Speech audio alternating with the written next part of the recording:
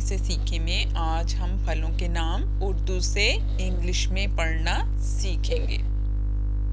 सेब, एप्पल, केला, बनाना, अंगूर, ग्रेप्स, आम, मैंगो,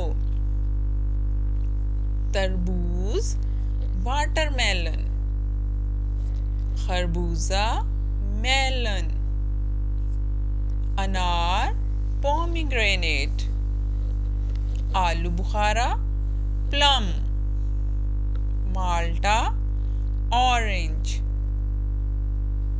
स्ट्रॉबेरी, स्ट्रॉबेरी, कीनू, मैंड्रिन, खजूर, डेट, चकोतरा, ग्रेप फ्रूट, अमरूद, गुआवा, खुबानी, एप्रिकॉट, जामुन, जावा प्लम, लीची, लाइची, लोकार्ट, लोकार्ट, नाशपाती, पियर, आड़ू, पीच, चेरी, चेरी, जैतून, olive, pineapple, pineapple, raspberry, raspberry,